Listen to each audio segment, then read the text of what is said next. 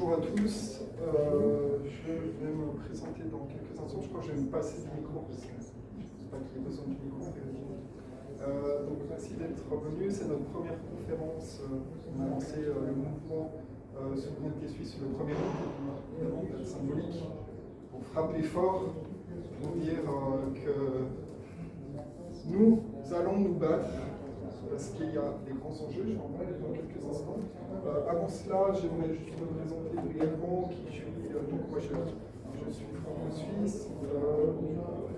Ça fait très longtemps que je m'intéresse à ces problématiques de gouvernance, d'économie et monétaire. J'ai un profil international, en management international. J'ai fait la moitié de mon cursus académique en Angleterre et en France. Et ensuite, j'ai commencé ma carrière aux États-Unis, j'ai été français dans le textile et la chaussure. Et puis après, j'ai passé à travers différents rôles en marketing, management et commercial. Je suis ensuite revenu en 2004 en Suisse, travailler dans l'informatique. J'ai retourné dans le corporate, travailler pour UPS. Et j'ai ensuite lancé mon activité dans le financement immobilier depuis 3 ans. Et c'est un projet qui me tient à cœur, sur lequel j'ai travaillé déjà depuis longtemps. Ce n'est pas quelque chose qui m'est venu d'un seul coup, puisqu'en réalité, ça fait quasiment 30 ans que je m'intéresse à ces questions. Parce qu'il y a 30 ans, j'étais conscient des menaces déjà qu'il y avait sur le minage de notre souveraineté, de notre indépendance, et je suivais de près ce qui se passait avec l'Union européenne. Déjà à la base, j'étais contre l'Union européenne sur la façon dont c'était structuré, et cette centralisation qui représentait une menace pour la démocratie directe. Donc, je suis aussi l'auteur d'un livre qui s'appelle Le suicide monétaire pour les éditions Maya, que j'ai lancé il y a 1 an et demi, où j'explique les fondamentaux de la monnaie. Je me suis beaucoup intéressé aux réserves d'or de la Banque nationale suisse. Toutes les erreurs qui ont été faites dans les années 90 et qui ont été dénoncées par des gens assez éclairés, mais il y en avait peu, et notamment Ferdinand Lips qui était un ancien banquier suédois, un vrai patriote qui avait mis en garde les parlementaires à l'époque avec son ouvrage qui s'appelle Gold Wars, où il expliquait que nous étions en guerre contre des forces puissantes financières pour démanteler notre souveraineté à travers la monnaie et notamment les réserves d'or. Et par le biais du Fonds monétaire international, l'adhésion forcée de la Suisse au Fonds monétaire international en 1992, le changement de la Constitution en 1999 et tout un ensemble de mesures qui ont fait que la Suisse a été forcée de vendre la moitié de ses réserves d'or. Elle avait environ 4600 tonnes et maintenant elle en a à peine 2000 exactement. On ne sait pas exactement si ces réserves sont réelles, puisqu'il faudrait faire un audit indépendant pour vérifier s'il y a vraiment de l'or dans les coffres. Parce que l'une des activités ou le sport favori des banques centrales, c'est de s'échanger l'or à droite, à gauche, de se le prêter. Et au final, on ne sait pas trop ce qu'il y a dans les coffres, ni où il est. Donc, pour vraiment vérifier s'il y avait 2200 tonnes d'or dans les coffres de la BNS, il faudrait mandater une équipe indépendante, des citoyens, pour aller dans les coffres et aller vérifier si vraiment il y a ces stocks. Donc là, je fais juste une aparté. Donc, je connais très bien les enjeux monétaires et particulièrement liés au contexte suisse et les activités de la BNS. Donc, j'aurai l'occasion d'en parler dans d'autres conférences. Ce n'est pas trop le sujet aujourd'hui. Ceci dit, donc, je vais embrayer cette présentation. Donc, l'idée, c'est d'expliquer les enjeux de la souveraineté qui est menacée de toutes parts. On va voir ça un petit peu en détail. Je ne vais pas trop m'étaler. De toute façon, on va revenir sur de nombreuses choses à travers des conférences. On est sur Telegram essentiellement aujourd'hui. Donc on a des canaux Telegram dans les 4 langues. Français, allemand, italien et anglais.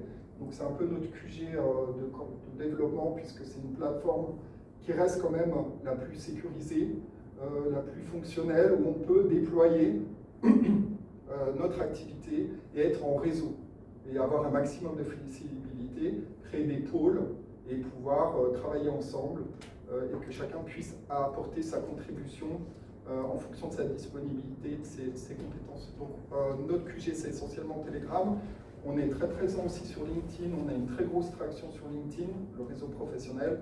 On a beaucoup de personnes qui nous contactent, de tout type de profils, dans la banque, donc dans la finance, dans le juridique. Il y a tout type de profils en local et à l'international qui s'intéressent à nos activités. Voilà. On a frappé fort, on a lancé le mouvement le 1er août, donc date symbolique, de la Suisse pour la fête nationale et d'expliquer quelle est notre ambition. Alors évidemment, ça c'est une citation que j'aime bien du général Guisan, un peuple qui abandonne une part de sa souveraineté cesse d'être libre. C'est une évidence, mais je crois qu'il faut rappeler certaines choses pour pouvoir comprendre ce qui se passe.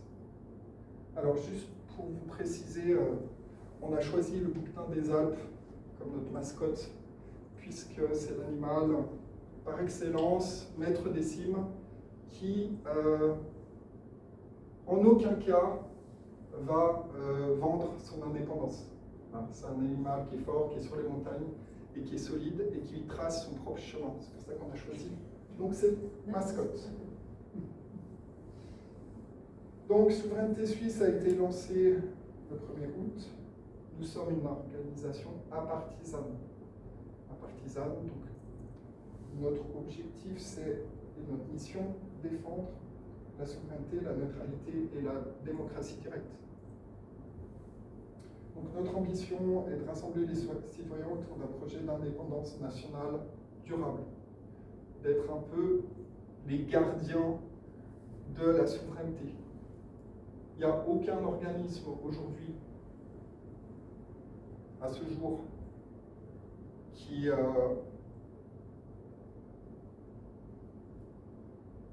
pour but de promouvoir la souveraineté sur le long terme, avec des grands principes qui ont fait la prospérité et la réputation de la Suisse comme étant une place internationale de conciliation, de bons offices, et cette place aujourd'hui est remise en cause par différentes choses, et on va en parler dans quelques instants. Donc, l'idée, c'est de contribuer à la préservation et à la transmission de l'esprit fondateur de 1291 en tant qu'héritage vivant et non négociable du pays. Voilà, le serment du Kruppli. Donc, nous avons la volonté de perpétuer l'histoire suisse et ses valeurs fondamentales. Nous plaçons notre mouvement sous l'inspiration d'une figure tutélaire qui a façonné la Suisse moderne, Alfred Escher. C'est important pour nous de s'appuyer sur des personnes qui ont marqué l'histoire de la Suisse, et donc, en l'occurrence, Alfred Escher, industriel, qui a fait beaucoup de choses, notamment Marcel Gothard, qui a fondé Crédit Suisse, et puis aussi le PFZ à Lausanne. C'est un industriel qui a fait beaucoup pour la Suisse, qui a été un petit peu oublié, donc voilà, c'est un peu lui rendre hommage de s'appuyer sur Alfred Escher.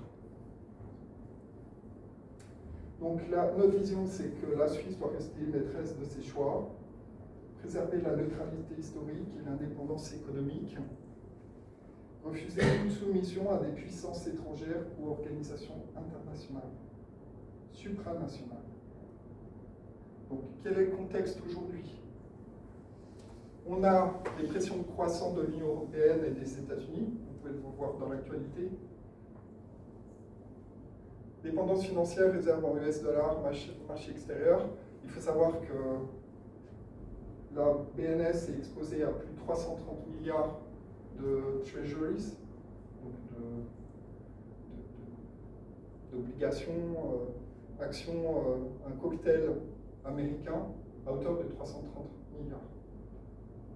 Donc on est complètement dépendant d'une monnaie fiat qui n'est pas adossée à quoi que ce soit, qui est une monnaie dette. Donc grossièrement, nous cautionnons un empire en faillite, puisqu'en réalité, les États-Unis sont en faillite. Ils ne le disent pas, mais c'est concrètement ce qui se passe. Ils font financer leur faillite par des satellites pour pouvoir essayer de maintenir l'hégémonie du dollar. Donc, perte progressive de contrôle technologique et numérique, avec le cloud, de plus en plus d'organisations publiques, parapubliques sont dépendantes d'organisations américaines, notamment. Et donc, il y a une menace très sérieuse à ce niveau-là. Et aussi une externalisation de missions régaliennes, frontières, sécurité, données. Je vous dis juste au passage, par exemple, la gestion de l'asile a été confiée à quelques sociétés de sécurité américaines. Sans que ça fasse, en tout cas, dans la discrétion. Bref, c'est des choses comme ça qui sont tout à fait inacceptables. Alors, enjeu politique, la neutralité est affaiblie, je ne vous apprends rien. L'OTAN, il y a des manœuvres en coulisses pour faire en sorte potentiellement que la Suisse collabore au niveau militaire avec l'OTAN. La neutralité aussi affaiblie avec l'Union européenne du fait que la Suisse a suivi les sanctions contre l'Ukraine, alors qu'elle n'avait pas à le faire. La Russie, oui, pardon. Donc la Russie.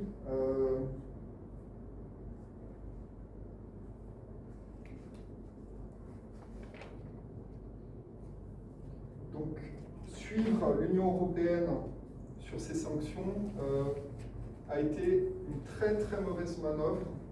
Et aujourd'hui, ça a affaibli nos pays, clairement affaibli nos pays. Et donc, il y a des éléments importants ici qui vont être déroulés ces prochains mois par rapport à ce point précis.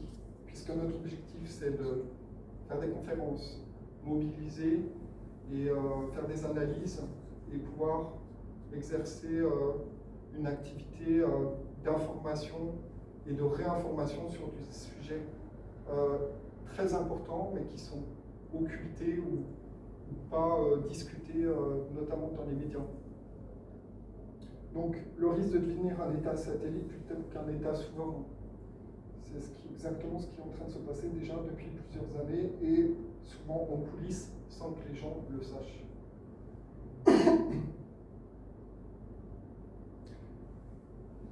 Dans ces enjeux politiques, je reviens vite fait, il y a évidemment la menace du droit, la reprise automatique du droit européen, les accords bilatéraux 3 qui sont en préparation et qui devraient être soumis au peuple d'ici 2027 sont des accords qui ont été négociés en coulisses, donc dans l'ombre, sans qu'il y ait de débat, sans qu'il y ait de consultation. Et donc, si ces accords à terme passent, clairement c'est la mort de la démocratie directe. C'est pas autre chose.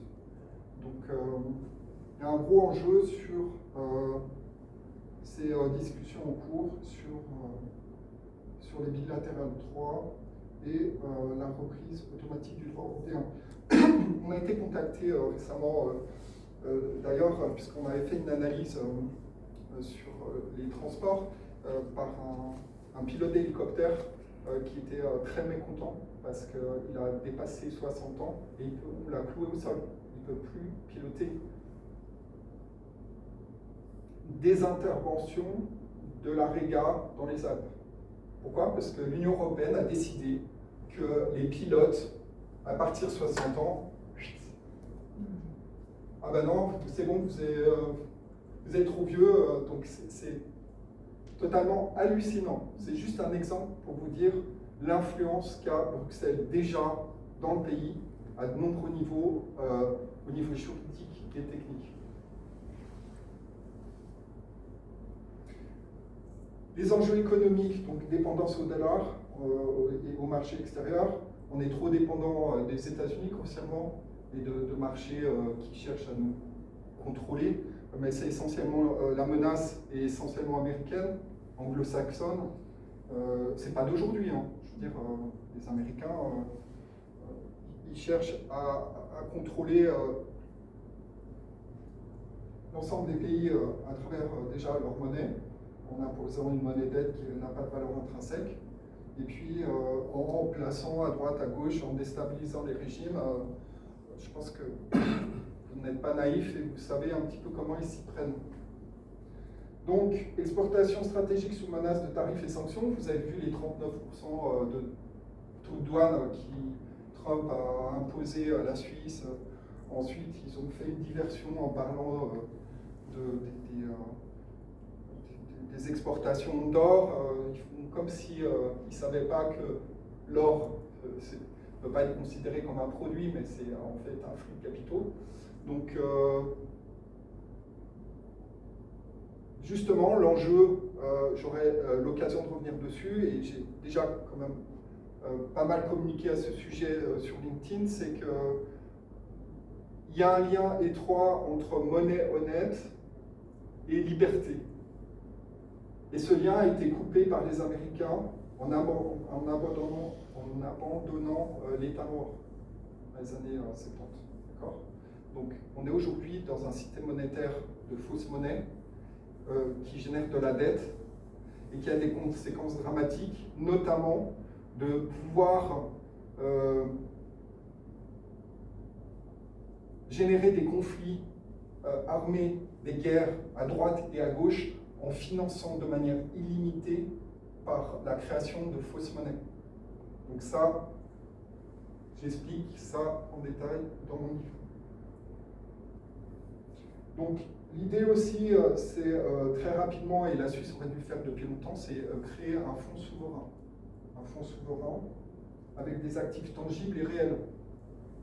Parce que les Américains, ils sont très forts pour le fake. C'est-à-dire qu'ils vous présentent des belles choses, ils vous font un beau show, puis derrière, il n'y a rien en fait.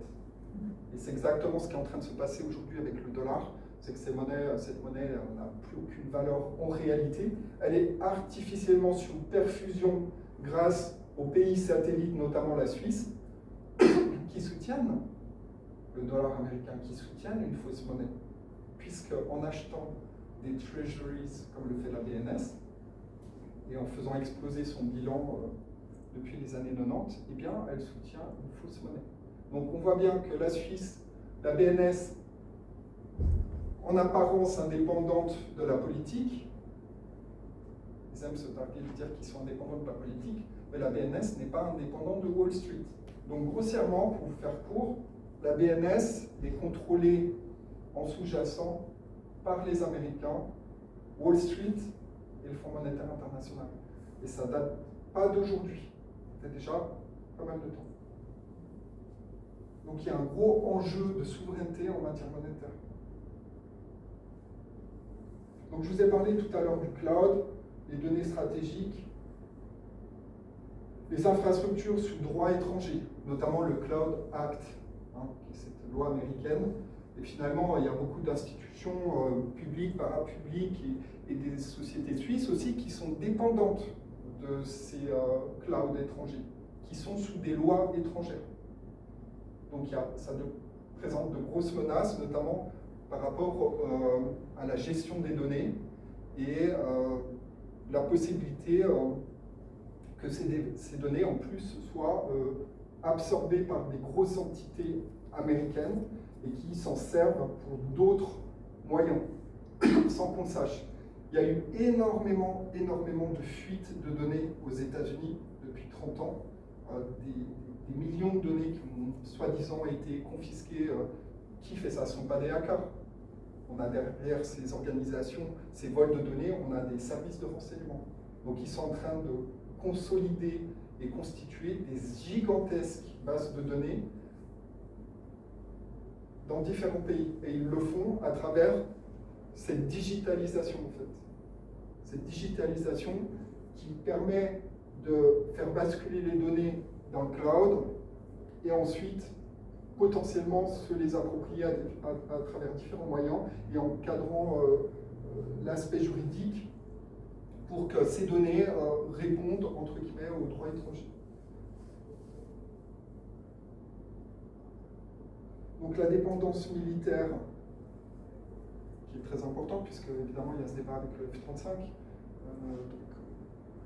Les Américains ont fait tout ce qu'ils ont pu pour essayer d'imposer leur avion. On n'avait pas besoin de l'avion américain. On a des voisins qui sont compétents en la matière en France. Nos voisins, ils maîtrisent bien le sujet et tout a été fait. Les Américains ont tout fait pour faire capoter notre collaboration avec les Français et Dassault en particulier. Donc on voit bien que les Américains, ils sont partout. Ils s'accaparent tout ce qu'ils peuvent pour exercer une influence. Vous savez que les F-35, c'est un ancien responsable analyste de la DGSE qui a confirmé que le F-35, chaque semaine, il doit recevoir des codes. S'il n'a pas ces codes, il reste cloué au sol. Donc ces codes, ils viennent des États-Unis. Vous imaginez l'indépendance qu'on a?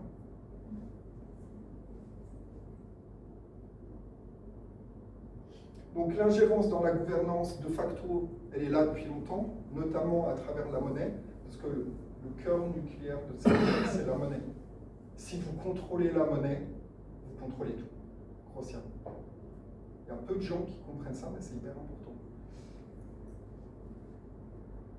Donc c'est pour ça que la Suisse a perdu sa force, sa puissance et sa réputation internationale, puisqu'avant, elle avait une monnaie qui était forte,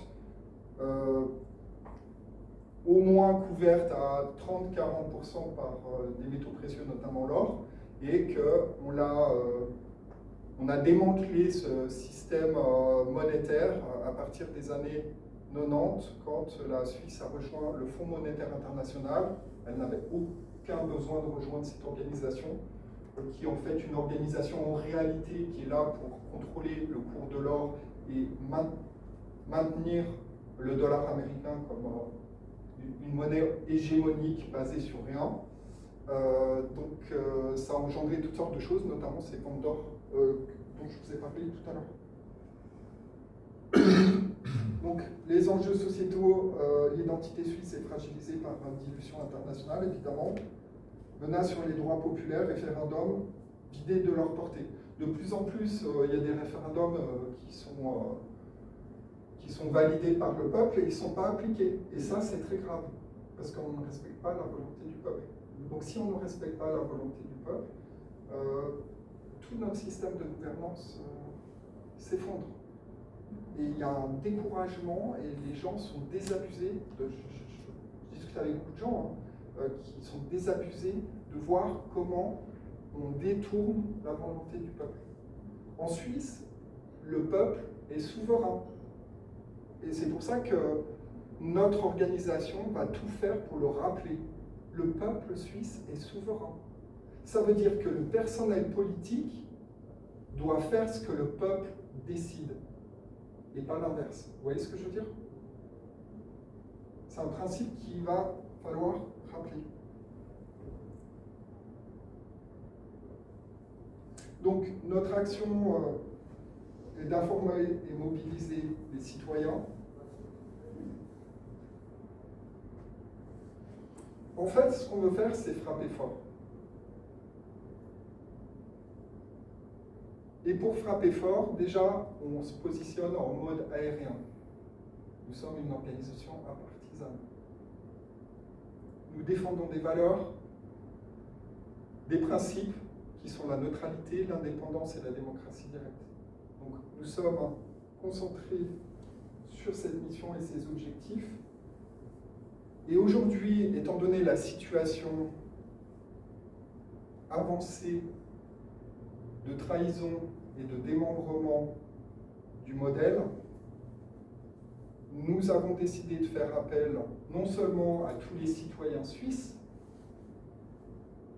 mais aussi à la communauté internationale. Qui?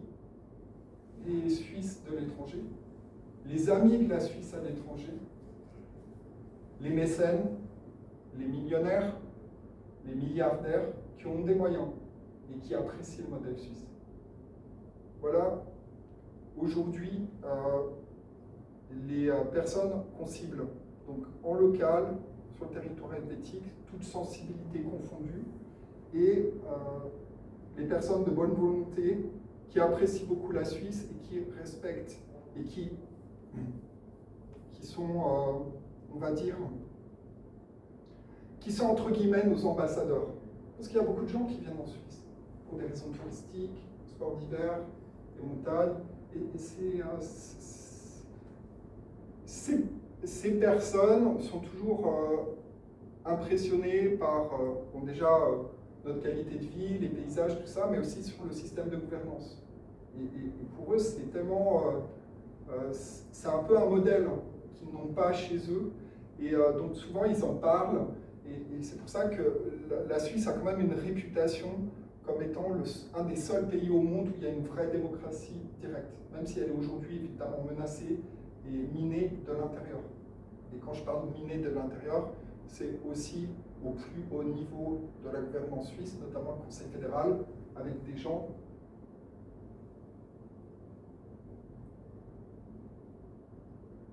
qui manœuvrent en coulisses, qui collaborent avec des organisations supranationales sans consulter le peuple, et notamment des fonctionnaires dans l'administration. Parce qu'il n'y a pas que le Conseil fédéral, il y a aussi évidemment le Parlement, un réseau de lobbyistes, de gens qui se moquent de la volonté du peuple suisse, qui sont dans de l'idéologie et qui d'une certaine façon cautionnent l'agenda mondialiste. Parce qu'il y a un agenda, il ne faut pas se leurrer. L'agenda il devient de plus en plus évident. Il s'est manifesté de manière plus évidente depuis qu'il y a eu la crise sanitaire, crise du Covid, avec des velléités de surveillance, de contrôle. Alors je parle de contrôle, c'est pas anodin, parce que le 28 septembre, on va avoir un objet qui est important, c'est le vote, le référendum sur l'identité numérique, qui clairement est une véritable menace à notre intégrité, à nos libertés, et qui est une sorte de cheval de Troie à un crédit social à la chinoise. Donc c'est un des enjeux. Il y a 4 enjeux, j'en ai parlé dans le communiqué de presse, quand nous avons lancé Souveraineté Suisse au 1er août. C'est donc l'identité numérique, l'initiative sur la neutralité, l'initiative sur le cash, parce que vous avez bien compris qu'ils cherchent à se débarrasser du cash. C'est clair, s'il y a une disparition du cash, c'est la fin de nos libertés. Tout va pouvoir être tracé, contrôlé. Donc, ils ont utilisé aussi la période du Covid pour le paiement sans contact, pousser un maximum les gens à utiliser le sans contact. Donc, ils utilisent toujours des arguments fallacieux pour pouvoir imposer un agenda. D'accord ? Donc, il y a toujours un sous-jacent. Et donc, vous avez bien compris qu'ils sont en train de faire en sorte, comme d'autres pays, évidemment en Europe, hein, de tout faire pour que les gens n'utilisent plus de cash. Ils suppriment les distributeurs. Je regarde aussi ce qui se passe en France et dans d'autres pays. La France a perdu au moins 40% de ses distributeurs automatiques. Donc les gens sont de plus en plus forcés d'utiliser les cartes, etc. Donc évidemment les cartes, ça agresse les pattes du système bancaire, puisqu'ils prennent des transactions sur les commerçants et tout, et en plus ils peuvent tout tracer. Et vu ce qu'ils sont en train de préparer avec cet euro numérique qu'ils vont chercher à imposer à partir du mois d'octobre, Christine Lagarde en a parlé, ils veulent accélérer le processus, ça veut dire que cette monnaie numérique qui va être sur la blockchain, une blockchain évidemment opaque et privée, on ne saura pas du tout ce qui se passe, va leur permettre potentiellement, et ça pour moi c'est une certitude, c'est déjà en place, d'avoir toute une architecture de contrôle et de surveillance pour savoir qui peut faire quoi, qui peut acheter quoi, où et comment. Vous imaginez le truc? Exactement ce qui se passe maintenant en Chine. C'est exactement ce qui se passe maintenant en Chine. Il y a un crédit social. Les gens qui n'ont pas qui ont perdu des points et ils ne peuvent pas acheter de logement, ils ne peuvent pas avoir crédit, ils peuvent pas. Est-ce que c'est ça qu'on veut? Franchement, il faut se poser la question. Donc il y a un enjeu qui est considérable. Donc cet objet, nous espérons que cet objet sera massivement rejeté le 28 septembre. Mais bon, c'est pas parti comme. C'est pas parti pour. Alors, les statistiques qui nous balancent, évidemment, proviennent de ces médias subventionnés, hein, ces médias que nous finançons et qui organisent des statistiques quand ça les arrange pour pouvoir influencer l'opinion. C'est toujours la même chose. Ces statistiques, elles viennent d'où? Ils font dire, je vais vous dire un truc. Moi, je suis économiste, j'aime les chiffres, mais je ne suis pas complètement dans les chiffres. Mais je sais ce qu'on peut faire dire aux chiffres. Et aux chiffres, vous leur faites dire ce que vous voulez. Vous comprenez le truc? Voilà. Donc, ces statistiques, on verra, mais on voit que c'est toujours la même méthodologie. À chaque fois qu'il y a un objet en votation, on commence à préparer le terrain. Il y a les médias qui sont aux ordres et qui vont déployer le narratif du Conseil fédéral et des parlementaires, parce que ces médias ne sont pas indépendants. Ils sont financés par notre argent et à travers les prérogatives du Conseil fédéral et du Parlement. Donc, grossièrement, ils ne sont pas indépendants. Ils ne font pas un travail de journalistique indépendant. Donc, ils ne peuvent pas, de manière objective, dire les choses et informer le public de manière honnête. Donc, ils sont évidemment derrière ces narratifs et ils poussent l'agenda du Conseil fédéral et des chambres. Grossièrement, c'est ce qu'ils font. Donc, notre action, c'est de mobiliser les citoyens, toutes les forces vives, sur le territoire helvétique et à l'international. Parce que notre ambition, comme vous savez, partir en guerre, il faut de l'argent. L'argent, ce n'est pas une fin, mais c'est un moyen. Donc on a besoin d'argent et on a besoin de constituer un trésor de guerre, grossièrement, pour pouvoir financer des actions fortes, puissantes, et pour avoir un impact sur le long terme. C'est pour ça que nous avons décidé de monter une fondation qui va être en charge de récolter des dons importants, personnes physiques, personnes morales, donc des entreprises, des mécènes à l'international et sur le territoire helvétique. Donc on va lancer une campagne de crowdfunding fin septembre pour pouvoir déployer nos activités et récolter un maximum de fonds, et ça va s'étaler sur plusieurs mois, et par la suite ça va être cadencé et ça va être géré par la fondation. Donc la fondation va être en charge d'assurer sur le long terme, notamment au niveau financier, nos activités qui vont être déployées par l'association Souveraineté Suisse, qui va être organisée par région linguistique et qui va dérouler au niveau opérationnel nos actions. Donc on voulait conserver le contrôle stratégique des actions militantes, parce qu'avoir une fondation c'est bien, mais il faut des militants. Il faut impliquer les personnes sur le terrain, les citoyens, et on veut être aussi très proche des citoyens. On veut être le mouvement des citoyens. Donc pour ça, on a besoin d'une organisation au niveau local, et le meilleur moyen de le faire, c'est à travers une association. Donc la fondation va lever des fonds, et elle va financer l'association. Donc là, on est sur du solide. La fondation sur le long terme, la pérennité, le soutien stratégique et financier, et puis l'association qui déploie les activités sur le terrain. Donc, notre objectif, c'est aussi de créer des outils d'analyse et de vigilance, observer ce qui se passe au niveau législatif, des objets, informer, mobiliser, lancer des initiatives populaires, des pétitions. On a déjà décidé de lever se prononcer sur des points précis à travers des pétitions. Bref, utiliser tous les leviers à notre disposition pour influencer et informer et mobiliser Donc vous imaginez que c'est un travail qui va demander beaucoup de temps, de persévérance et de détermination.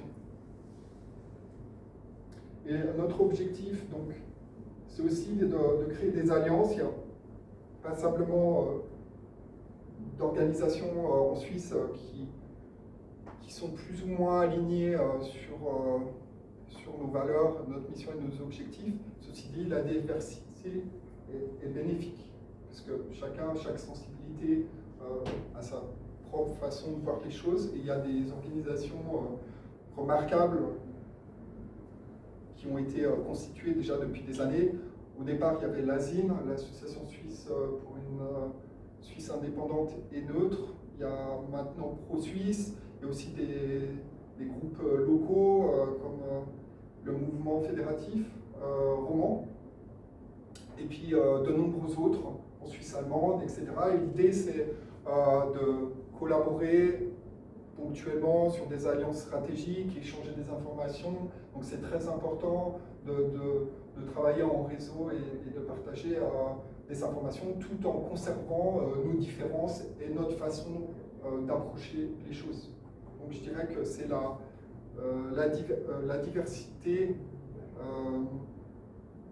diversité d'actions pour pouvoir atteindre les mêmes objectifs au final.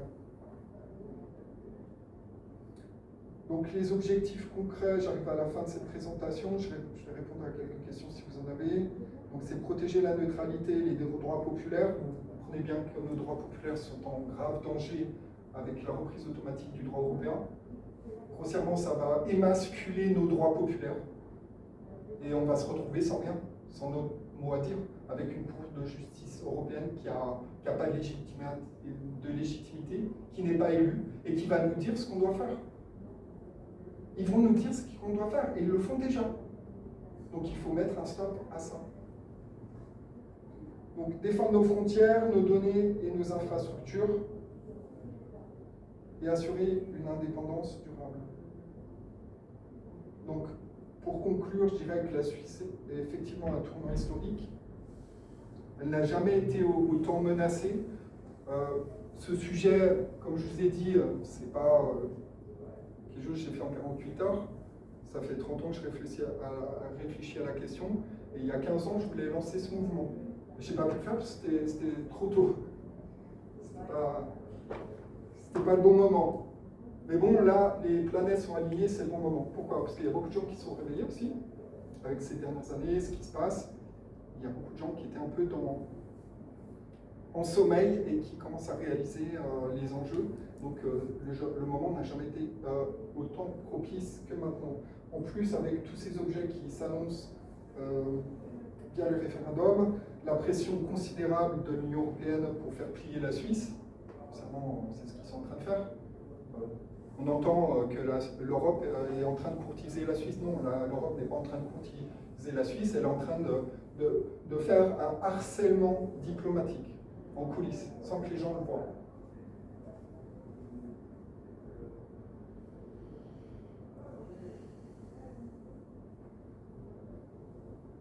Donc, souveraineté suisse agit pour que les situations reprennent le contrôle, vous avez bien compris. Et le meilleur moyen de reprendre ce contrôle, c'est de fédérer un maximum de personnes, quelle que soit leur sensibilité, à un haut niveau de réflexion, d'analyse, et pouvoir dérouler ça sur le terrain avec une association dans les 3 régions linguistiques qui soit efficace et puis qui puisse mobiliser un maximum de personnes et en partageant de l'information avec les organisations existantes qui partagent les mêmes valeurs que nous. Ce sont des valeurs universelles, c'est les valeurs de la Suisse. Sans souveraineté, il n'y a ni liberté ni démocratie. Et oui, malheureusement, il faut rappeler ça. Donc voilà, on est en train de constituer notre organisation. Notre force, c'est l'agilité, les nouvelles technologies. Donc on va utiliser les réseaux sociaux, on va utiliser tous les instruments à notre disposition, toutes les outils techniques qui vont nous permettre d'être efficaces, rapides, agiles, réactifs et de pouvoir faire participer tout le monde, toutes les personnes qui veulent participer. Aujourd'hui, on est en train de constituer donc, le comité de l'association, le conseil de fondation. Ceci dit, il y a des personnes qui ont un peu de temps, mais pas trop, et ils ont la possibilité de s'impliquer dans les pôles qu'on a constitués, qu'on est en train de constituer et renforcer. Et ça donne un maximum de flexibilité pour que chaque personne puisse donner ses idées, ses points de vue. On peut avoir des divergences sur certaines choses. L'idée, c'est de travailler et de voir l'objectif et se concentrer sur notre mission et nos objectifs. Et s'il y a des divergences sur certains points, comme je disais avec l'équipe, à ce moment-là, on fait un arbitrage. Voilà. Donc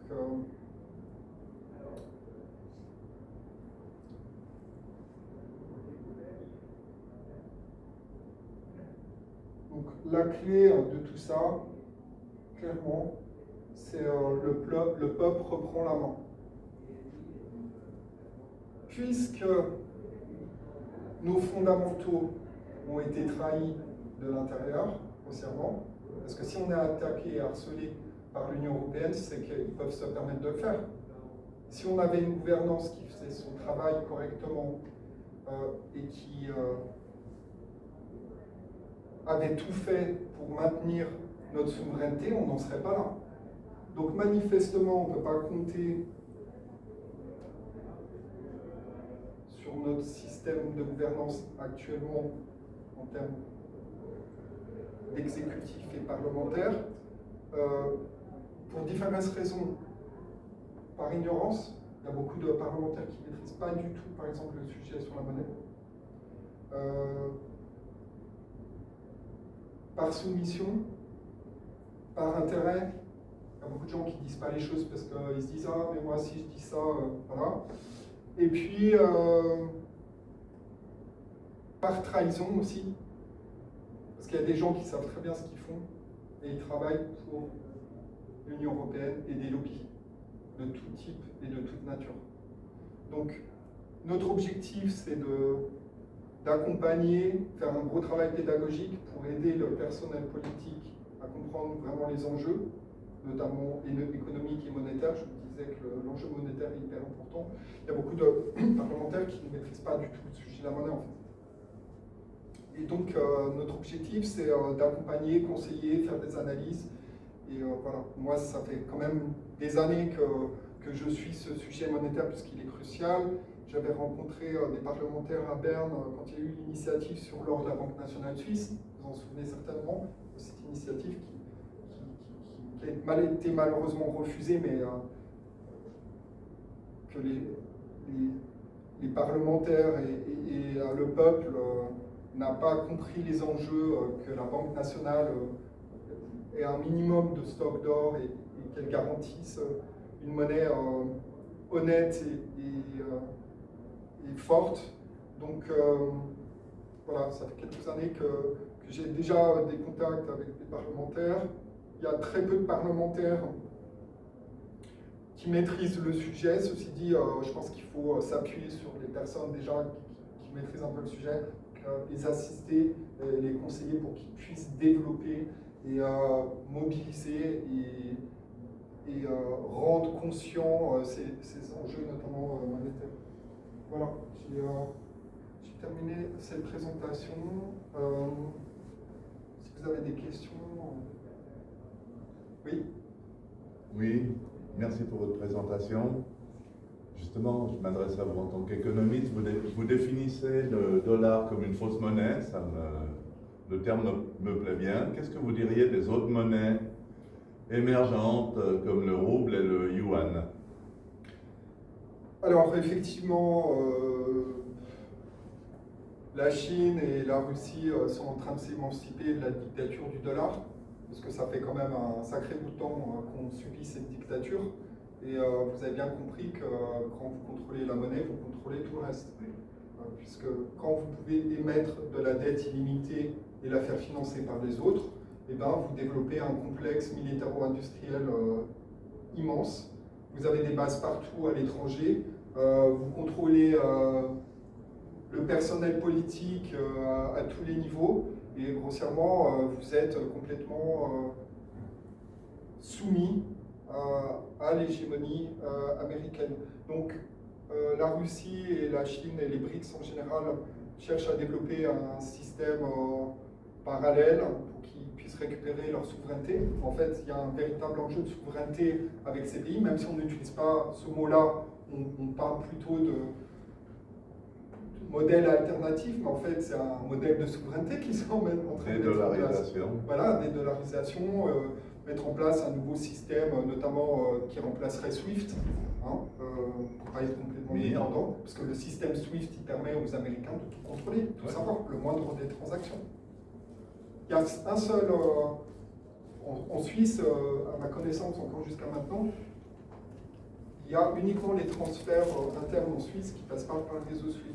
Et tout le reste, tout est tracé, et donc les Américains contrôlent l'intégralité du système. Donc, les BRICS, oui, ils achètent massivement de l'or, les banques centrales achètent massivement de l'or.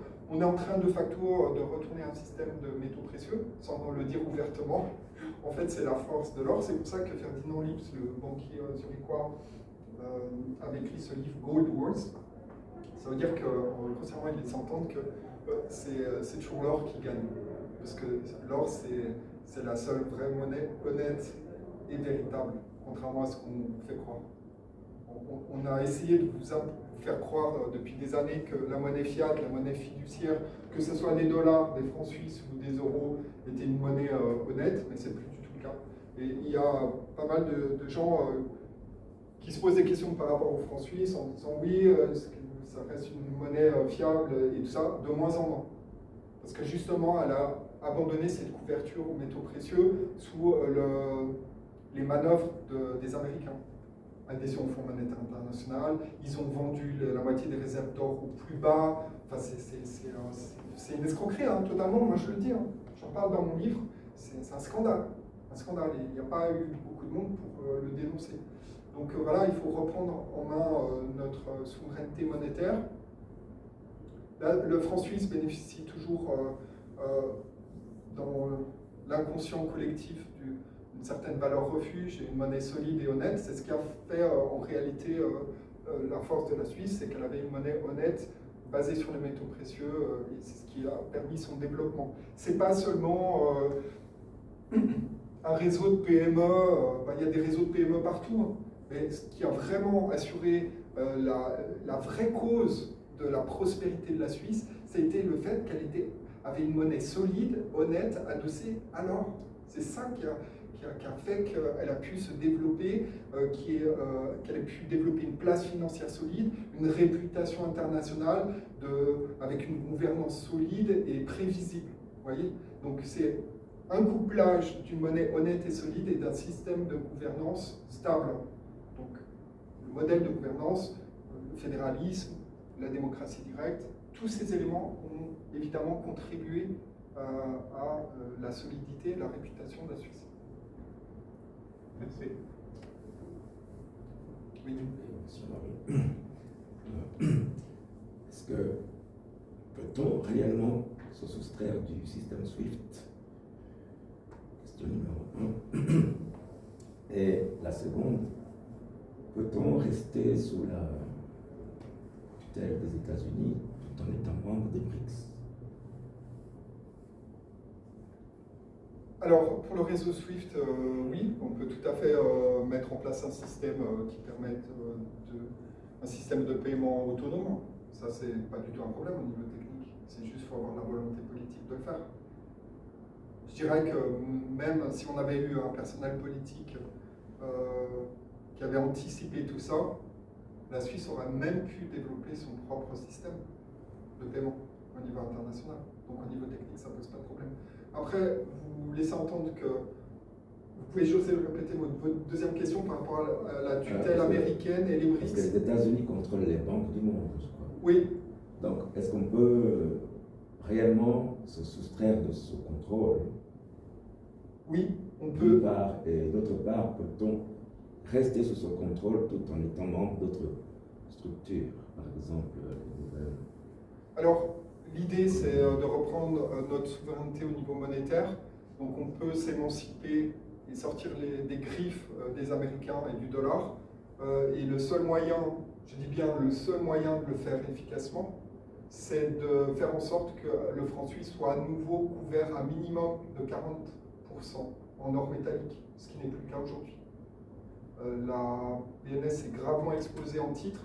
Elle a plus de 330 millions d'avoirs, 330 milliards de dollars d'avoirs américains dans son bilan. Elle a complètement explosé son bilan. D'ailleurs, dans mon livre, ma postfacière, que vous connaissez peut-être, qui s'appelle Liliane El Kawam, gestionnaire d'entreprise et une experte de la haute finance, a mis son nez dans les comptes de la BNS depuis déjà des années, et on suspecte que la BNS utilise le trafic des paiements, c'est-à-dire l'argent des épargnants et des entreprises, pour financer ces titres. C'est-à-dire que le sous-jacent qui couvre ces titres, c'est l'argent des Suisses et des entreprises, c'est-à-dire sans qu'ils le sachent. Vous imaginez le truc? Donc oui, on peut sortir, s'émanciper de ce système, mais il faut complètement revoir, remettre les pendules à l'heure et s'émanciper des Américains. Le vrai combat, il est là. Il faut qu'on s'émancipe de ces Américains. Et le seul moyen de le faire, c'est de retourner à des fondamentaux avec l'or physique, et ça va couper net, je dis bien que ça va couper net, cette hégémonie américaine, puisque cette hégémonie est entretenue par une fausse monnaie. Vous voyez ce que je veux dire? Donc il faut être extrêmement contraignant au niveau de la couverture métallique. On a été jusqu'à 30%, 40%, plutôt 30% en couverture, mais en réalité, normalement, la couverture devrait être de 100%. Parce qu'avoir une couverture métallique à 100%, ça veut dire quoi? Ça veut dire qu'en fait, on ne peut pas créer la monnaie à partir de rien, parce que c'est une fraude. En créant de la monnaie à partir de rien, c'est ce qu'un faussaire ferait dans sa cave, en faisant tourner une offset et en utilisant la valeur du travail des autres à travers la fausse monnaie émise. C'est exactement ce que sont en train de faire les banques centrales et les banques commerciales, à travers les réserves fractionnaires notamment. Donc c'est tout un sujet, je ne vais pas m'étendre là-dessus, mais il y a matière à faire beaucoup de choses et à poser un cadre pédagogique, puisqu'on a une vocation pédagogique très forte, très puissante. Nos statuts seront disponibles prochainement, on est en train de valider tout ça. Donc vous verrez qu'on a une ambition qui est assez élevée, à la hauteur du challenge, mais ça va être passionnant. Parce que même si on est en guerre, ça va être passionnant parce qu'on ne va pas se battre à balles réelles, mais avec des idées, des arguments et des convictions. Voilà. Si je peux me permettre, alors, moi je vous remercie déjà pour votre présentation, je vous remercie aussi d'avoir dès le 1er août lancé ce mouvement. D'ailleurs ça m'a beaucoup surpris, je me suis dit qui c'est celui-là. Je vais y arriver sur Telegram parce que mais tout ça défilait, mais c'est affilé, ça défilé, ça, il ne se passait pas. Il devait y en avoir 3 par jour.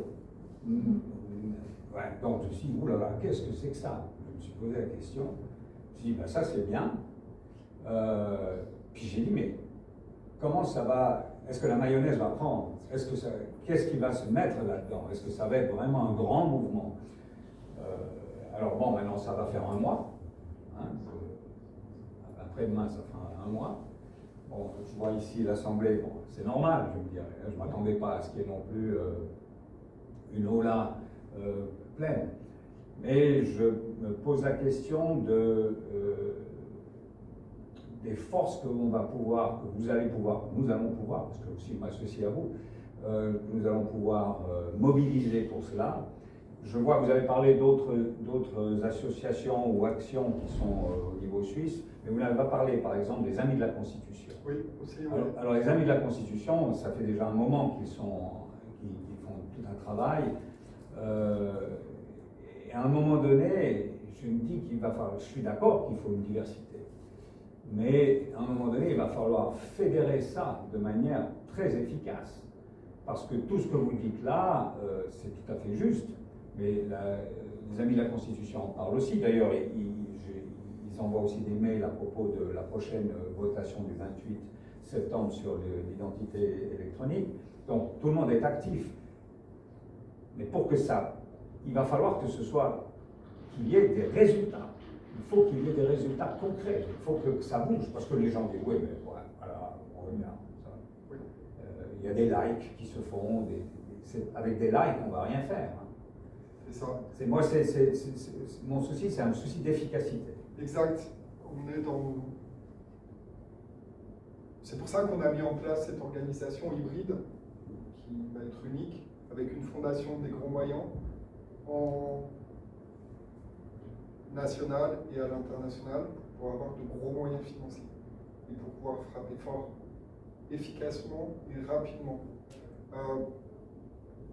On a déjà des personnes d'un haut niveau qui s'intéressent à notre mouvement.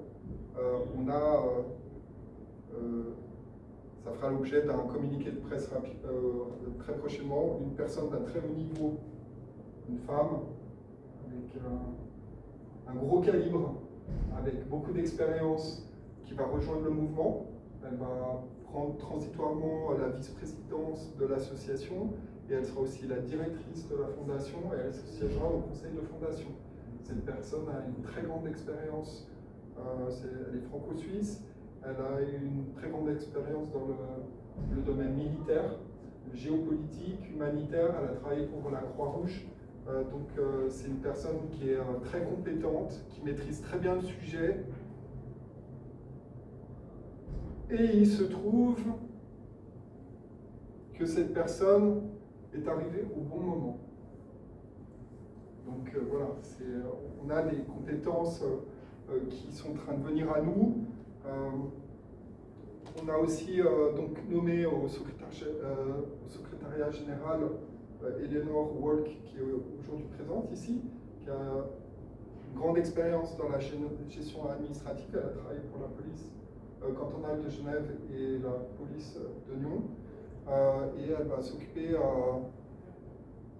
de coordonner le secrétariat de l'association et de manière transitoire de la fondation. Parce qu'en fait, au départ, on aura les mêmes logos, les mêmes locaux, les mêmes ressources, donc on va partager et par la suite, de toute façon, on va toujours travailler de manière très très étroite en partageant les ressources évidemment. Et il y a des personnes qui travailleront à la fois dans l'association et à la fois pour la fondation. Par exemple, pour le pôle médias et presse, on a déjà quelqu'un qui veut se positionner sur le poste. Pour l'instant, ça n'a pas fait l'objet d'un communiqué, mais cette personne s'occupera à la fois des médias presse pour l'association et de la fondation. Voilà. Donc, très très bonne traction sur LinkedIn, le réseau professionnel.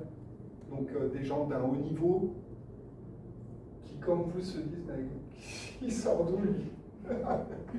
Qu'est-ce qu'il fait? Et donc voilà, on mobilise les esprits et les cœurs, parce que ça résonne ce qu'on est en train de faire. Désolé de vous interrompre, mais le temps passe. Oui. On va bientôt arriver. Il y a un conférencier malheureusement qui doit venir. Si vous voulez continuer la discussion, je peux répondre à des questions là-bas. C'est vraiment. Je vous remercie en tout cas beaucoup, Monsieur Malo. Une très intéressante conférence. J'avais juste une question à vous poser concernant le livre, votre livre sur la politique monétaire. Si nous pouvions, je ne sais pas, pour les personnes qui sont intéressées, est-ce qu'il y a possibilité, est-ce que vous en avez quelques-uns qu'on peut éventuellement vous acheter ou pas trop, ou il faut vous les commander? Alors, j'en ai chez moi, j'en ai un exemplaire ici. Mais je peux éventuellement vous laisser mon contact et puis je peux vous le mettre par la poste, il n'y a aucun souci, je peux le dédicacer aussi. Donc les personnes qui sont intéressées, dites-moi, je vous donnerai mes coordonnées. Donc, le mail principal de notre mouvement, c'est info@souveraineté-suisse.ch.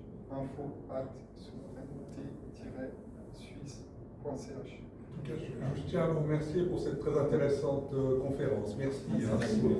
Merci.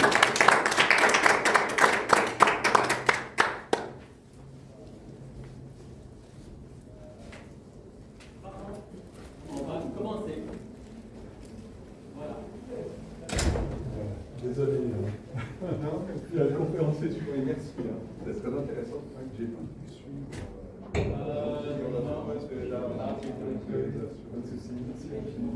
Merci à vous.